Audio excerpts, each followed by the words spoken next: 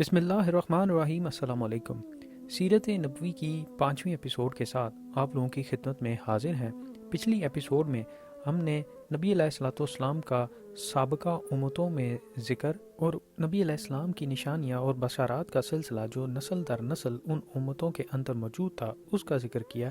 انشاءاللہ اس ایپیسوڈ کے اندر بائبل میں موجود نبی علیہ الصلوۃ والسلام کے حوالے سے جو نشانیاں اور جو آیتیں موجود ہیں اس کا ذکر کریں گے، اور بنی اسرائیل کے پیغمبر حضرت دانیال علیہ السلام کا بخت بن نصر کے ساتھ جو مکالمہ ہوا نبی علیہ الصلوۃ والسلام کی ذات کو لے کر اس کا ذکر کریں گے۔ لیکن شروع کرتے ہیں یمن کے حکمران ربیہ بن نصر سے، جس نے ایک عجیب و غریب خواب دیکھا جس سے وہ دہشت زدہ ہو کر اٹھ گیا اور اس نے اپنے دربار کو طلب کر لیا اور اپنے خواب کو لے کر بے چینی اور پریشانی کا اظہار کیا۔ بادشاہ کے وزیروں نے کہا کہ آپ اپنا خواب ارشاد فرمائیں، ہم اس کی تعبیر بیان کر دیں گے۔ بادشاہ نے کہا کہ اگر میں نے خواب بتا دیا تو تعبیر پر مجھے یقین نہیں آئے گا، تم ہی لوگ خواب بھی بتاؤ اور تعبیر بھی۔ یہ ایک عجیب و غریب قسم کی شرط تھی جس سے اس کے وزراء چکرا گئے، لیکن مزاج بادشاہ کے آگے دم مارنے کی مجال نہ تھی۔ آخر مشورہ کر کے بولے کہ اس معیار پر صرف 2 افراد پورا اتر سکتے ہیں، ایک کا نام ستی ہے اور دوسرے کا نام شک ہے۔ بڑے دانا، کیا فاشناس اور روشن ضمیر ہیں، اور وہ اپنے علم و بیان سے آپ کو مطمئن کر سکتے ہیں۔ شاہی انتظامات کے ذریعے ستیح کو بلایا گیا۔ اس نے خواب کا خلاصہ بتایا کہ بادشاہ نے اندھیرے کا سمندر دیکھا ہے، ہر طرف سیاہی کے ہیبت ناک بادل منڈلا رہے تھے۔ اتنے میں بجلی کا ایک کوندا لپکا، ظلمت کے پردے سے ایک شرارہ نمودار ہوا اور نشیب میں آ کر گرا اور ہر شے کو خاک کے سیاہ کر کے رکھ دیا۔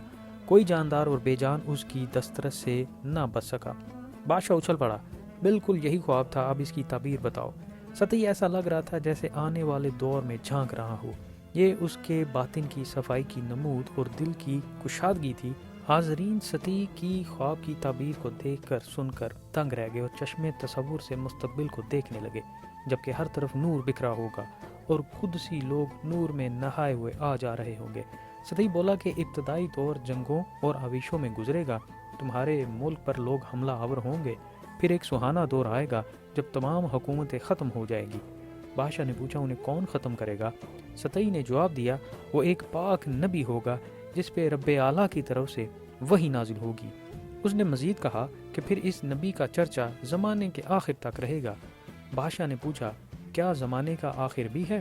ستی نے جواب دیا ہاں۔ ستی کے اس جواب کو البدایہ والنہایہ کے اندر اس طرح درج کیا گیا ہے کہ اس میں اگلے پچھلے سب لوگ جمع کر دیے جائیں گے، نیکوکار سعادت اندوز ہوں گے اور بد کردار شقاوت و بختی سے دوچار ہوں گے۔ بادشاہ کے لیے تمام باتیں نئی اور حیرت انگیز تھی۔